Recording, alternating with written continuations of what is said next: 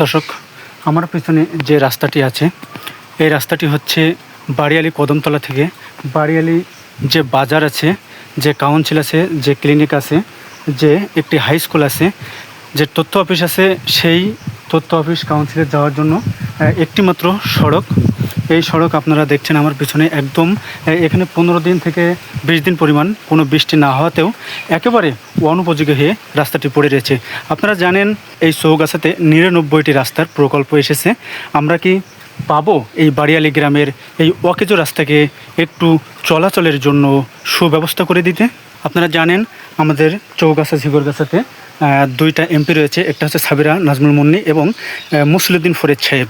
আসলে এই 2 এমপি থেকে 99টি রাস্তার প্রকল্প পেয়ে, যদি 99টি রাস্তার বরাদ্দ পেয়ে যদি আমাদের এই মেন রোড বাড়িয়ালি গ্রামের যে চলাচলের যে রাস্তা, এই রাস্তাটি যদি অকেজো হয়ে পড়ে থাকে, এই রাস্তাটি যদি কোনো কাজ না হয়, তাহলে কি হবে আমাদের রাজনীতি করে, কি হবে আমাদেরকে সরকার কিংবা অন্য কাউকে ভোট দিয়ে?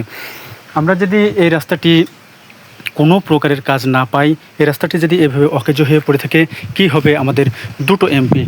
আমাদের জামাত বলেন, বিএনপি বলেন, আওয়ামী লীগ বলেন, যে যাই বলুক, যদি এই রাস্তাটি অকেজো হয়ে পড়ে থাকে, এই রাস্তাটি যদি কাজ না হয়, তাহলে আমি বলবো আমাদের গ্রামের যারা রাজনীতিবিদ আছে, আপনারা রাজনীতি থেকে ইস্তফা দিয়ে আপনারা চুপচাপ ঘরে বসে থাকুন।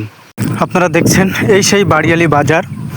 বাড়িয়ালি বাজারের মাথায় অল্প একটু সলিং করে দিয়েছে। এটা শুধু মানুষ মসজিদে যেতে পারছে না, এই জন্য এই বাড়িয়ালি বাজার থেকে এই যে গ্রামে যে রোডটি ঢুকে যাচ্ছে ক্লিনিকের পাশ দিয়ে, আপনারা এই রোডটা একটু দেখেন, রোডের কি হাল।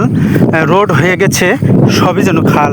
আসলে এই রোড একেবারে অনুপযোগী হয়ে গিয়েছে চলাচলের জন্য।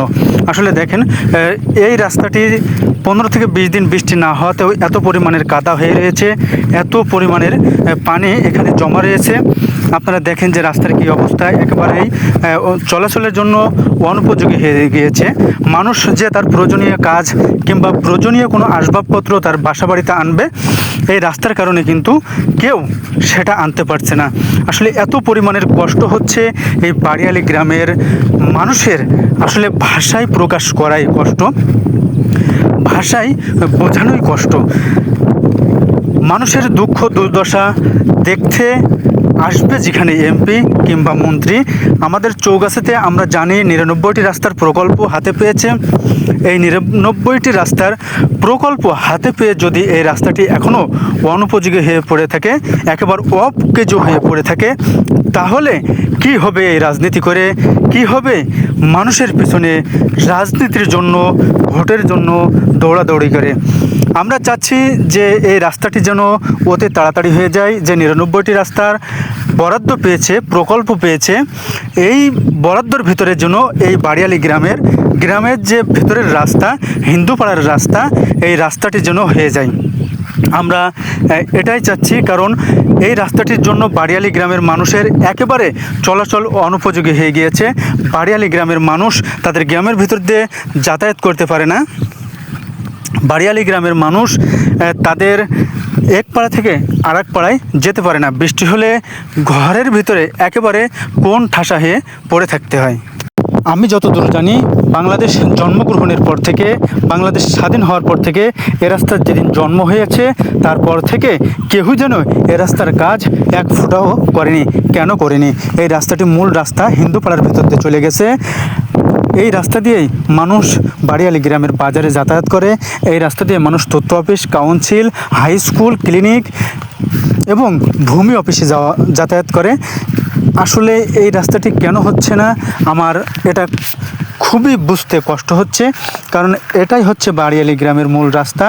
বাংলাদেশের সমস্ত রাস্তা, আনাচে কানাচের রাস্তা পাকাকরণ করা হলেও কেন হচ্ছে না এই বাড়িয়ালি গ্রামের রাস্তা?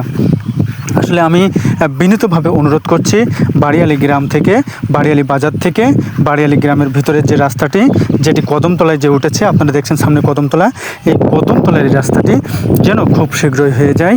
এই কদমতলার রাস্তার উপরে সবাই যেন একটু নজরদারি করে। 99টি যে প্রকল্প পেয়েছে, এই প্রকল্পের ভিতরে যেন এই রাস্তাটি থাকে। আমি এই জন্য চৌগাছা ঝিগরগাছার যে 2টো এমপি রয়েছে, আমি তাদের কাছে